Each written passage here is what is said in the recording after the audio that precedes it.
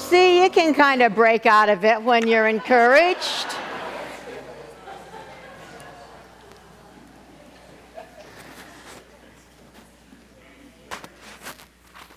All right, good.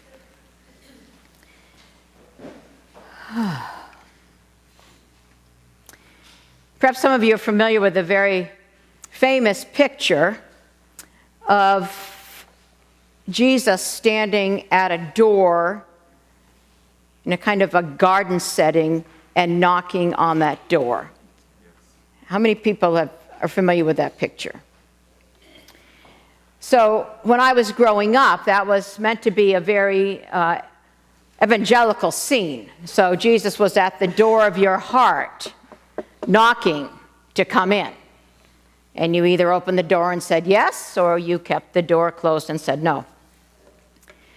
But I think in this Easter season, it's actually an important visual to imagine the risen Christ at the door of our church here at CCSM. Imagine this risen one knocking, and we open the door, and he kind of sticks his head in and says, "Hey, remember that whole salt of the earth, light of the world thing? How y'all doing with that? How's it going?" And maybe given one of our great challenges in the world today, let's imagine this risen one saying, "And how is your relationship with the earth going?" Now, though he spoke these words to disciples long ago, they are ever new, because they had their challenges in their time, and we have our challenges in our time. There's so many issues to talk about, but in this resurrection season, in this springtime where rebirth and new life is happening, and the colors and the smells and the sounds all around us, today I want to use this challenge to help us think about the earth and our relationship to the earth as people of faith. So if the earth were knocking at this door and we opened it, what would the earth say to us?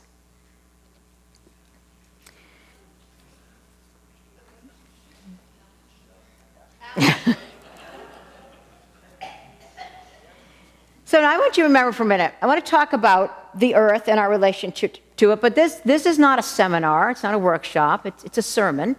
And I want to give you some things to reflect about. So try to stay connected. I'm not going to go all doomsday on you with, because I could, right?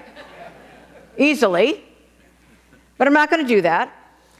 Because you know why? We can't allow ourselves the luxury of despair or the luxury of denial when it comes to our earth and the current state of things.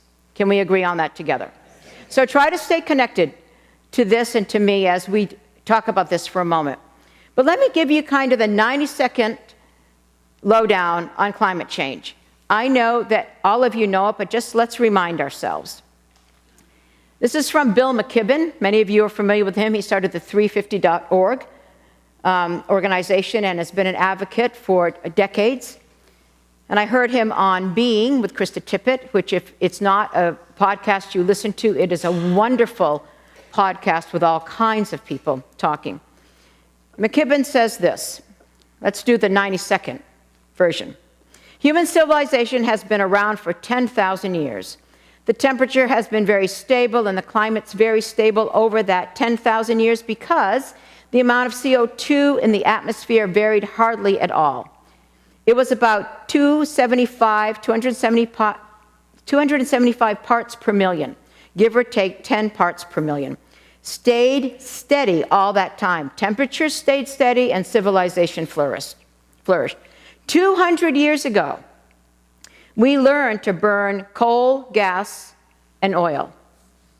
We started on the quite radical project of digging up hundreds of millions of years worth of biology, combusting it, and putting all that carbon into the atmosphere in one big flush. The amount of CO2 in the atmosphere begins to go up. At a certain point, we realize it's going to be a problem, but we never know where the drop deadline is. In fact, we really don't learn the answer to that question definitively into the summer of 2007. That's the summer the Arctic ice begins to melt so rapidly. It's when we look around and see things like how fast glaciers are going. It's the moment at which, 2007, the scientists that I've known for a quarter of a century who've been worried and concerned suddenly are calling me in a panic in the middle of the night, just saying this thing is out of control. Compiling all the real-time data and all the things that scientists do, they began producing a series of papers that converge on this number, 350 parts per million. With me so far? You all know this. Okay. Bottom line, they said, above 350 parts per million, you can't have a planet similar to the one on which civilization developed and to which life on Earth is adapted. So we're not actually living on the same planet in a sense. Everything, he finishes, everything we know about civilization, and whether you date it from Eden or the Buddha or Shakespeare or however you define it, that's all 275 parts per million CO2. And at the time of this interview, we're at 390 parts per million right now. As of recent, we are well over 400 million now, today. Here's the deal, really. We have been violent with the Earth, and the Earth has started reacting violently back, right? The Earth in the United States, I've just had this image, it's like a victim of domestic violence, right?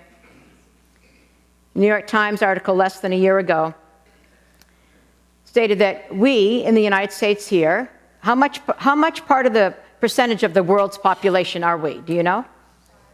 Yeah, 4 or 5%, right? We're 4 to 5% of the world's population, all right?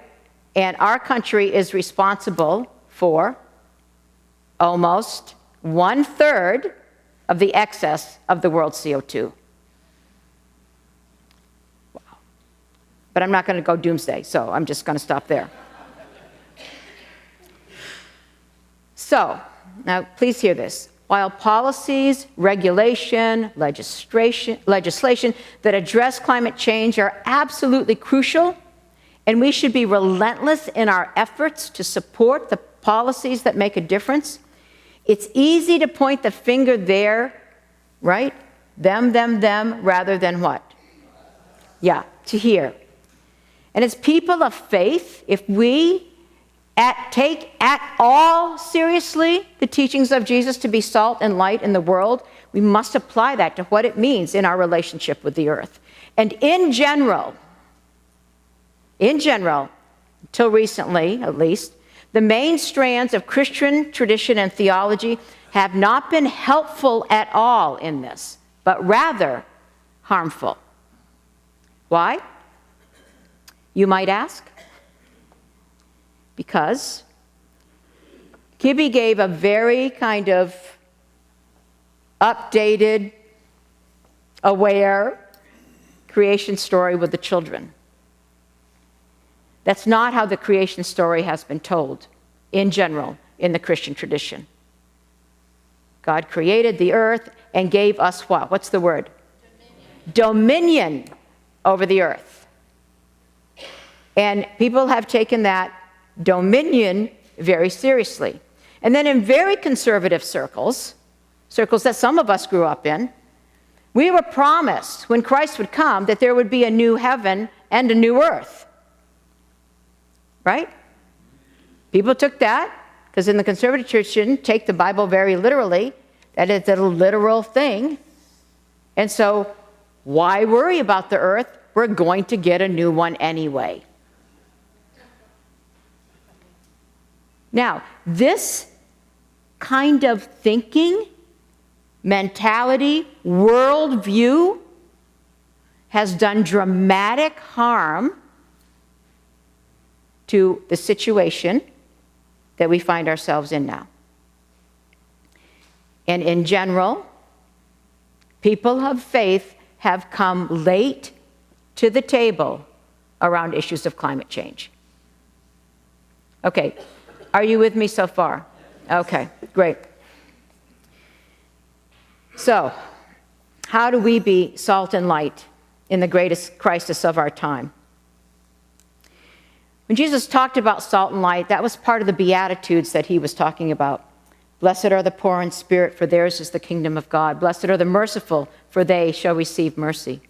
Blessed are those who are the peacemakers, for they shall be called the children of God. Blessed are the meek, for they will inherit the earth. You know, I never understood that statement all these years, right? What does that mean? Blessed are the meek, for they will inherit the earth. Because it seems to me that it should say, well, reality is, blessed are the rich, for they will buy up all the real estate. Right? Blessed are those who have power. But no, in his inimitable, subversive way, Jesus said, blessed are the meek, they will inherit the earth. This week I read a book by John Deere called They Will Inherit the Earth. And he actually spoke here at CCSM a couple of months ago in March. He's a longtime activist and writer, Catholic priest, author.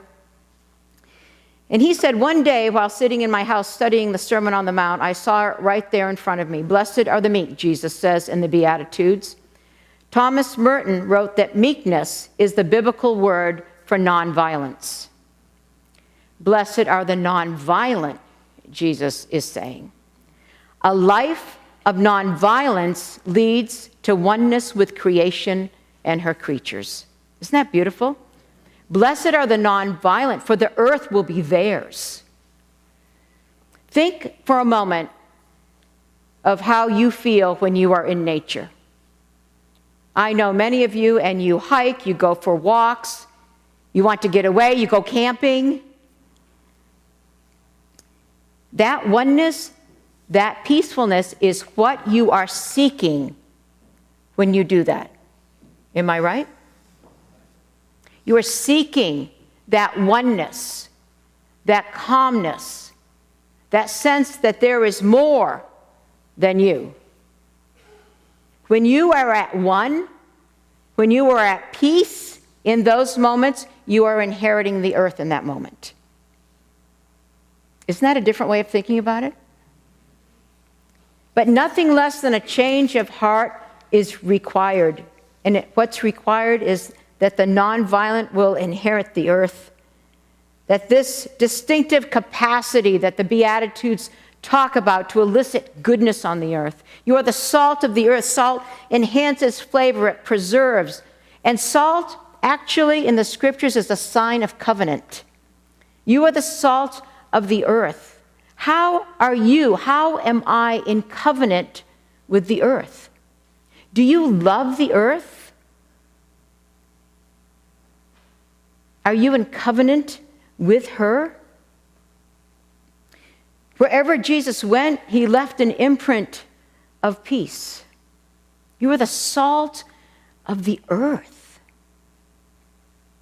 You are in covenant. You are meant to preserve and enhance. And you are the light of the world, light being, I think, when the community like this gathers, light in the darkness, light that shines in the darkness. And the darkness right now in the United States, in Silicon Valley, I want to suggest to you that the light that we need to shine in the darkness, that darkness is the out of control, rampant individualism that we are so caught up in. And to shine a light in that darkness means to be for the common good. It means it is not an I, but a we. Not a me, but an us. And only when we start to realize that we are not separate can we do something to change the tide of our current direction. And I have hope. When we gather together, when we share a meal, when we sing, for everyone born a place at the table. That's a sacrament. It's meant to, church isn't just we come and you listen to what I say and we hear beautiful music and then, we go on. No, it's meant to fundamentally transform how we think about the world and how we come to the issues of our day and the issues in our personal lives. That's what we do together. Yesterday, I did 2 memorials. And you know what? Being like an entire day like that, it makes you think about your own life. It makes you think about the impact you leave or don't. And they were both beautiful, very, very different. But we each are called to be salt and light, and we are not in this alone. We are held together, and we call one another to our best selves. But this individualism that, what I do is what I need to do, what's best for me, is that not an ethos in Silicon Valley in general?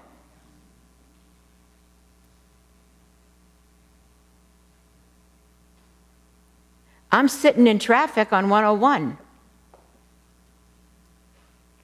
I want to do what's best for me. I want to get somewhere, and all these other people are what? In my way. And if you haven't had that exact same feeling, then you are not in touch. Or you haven't been on 101 in a long time. It's that feeling. But that transcends to other areas.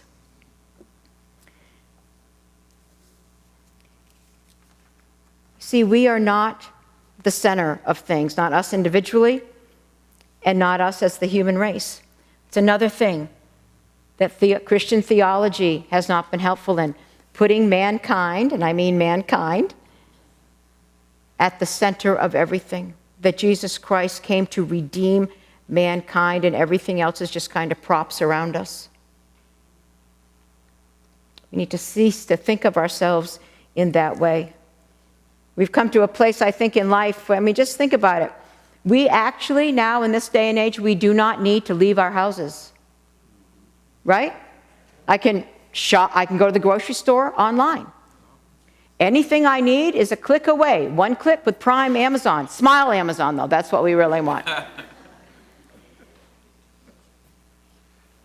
I can just be in touch with friends on Facebook, via the phone.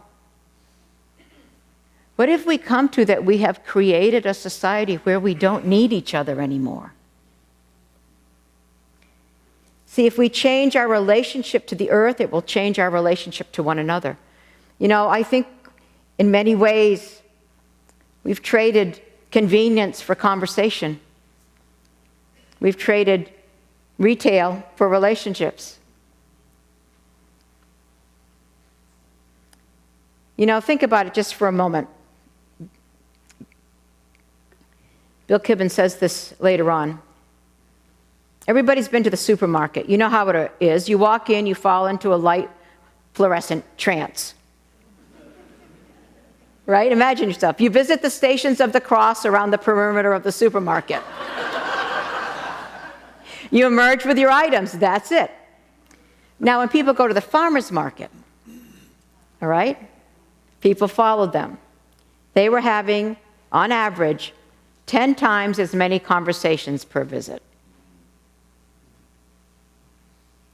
Cheap fossil fuel, he says, heated the planet, it made us rich, but it also, maybe most profoundly, made us the first kind of our species who have no practical need of our neighbors for anything. We begin to change the relationship with the earth, we change the relationships with one another. And at the end of the day, my choices, your choices, from what I eat to how much energy I use to the relationships I have, my choices, your choices make a difference. And we do not have the luxury to think that one small thing that we do will or will not matter.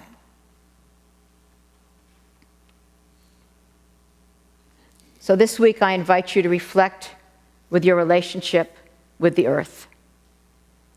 And I'll close with this beautiful, brief reflection from John Deere about a place that many of us love. I walk through Yosemite Valley and take in the fullness of creation. I try to listen, to be aware, and to be mindful and attentive. I let go of my worries, concerns, problems, and issues and enter as fully as I can into this paradise. It's like stepping into the Garden of Eden. One wants to be fully present, to have a heightened consciousness and awareness of the beauty that surrounds us. It's a gift. For me, Yosemite, like other natural wonders of the world, bears the fingerprints of the Creator, a sign of God's presence, but it is also a summons, a calling, a responsibility. Yosemite, like all of creation, is alive and ever-changing. It is pure wilderness, pure wildness, but it is vulnerable too. We cannot make it, but we can destroy it. In Yosemite, he says, we see how everyone can inherit the earth. But that gift requires a change of heart, a new intention, a deliberate turning.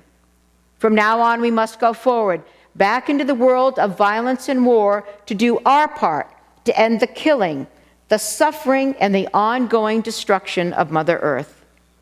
Yosemite, along with all of creation, calls us to wake up, stand up, and stop the insane destruction of the earth before it's too late.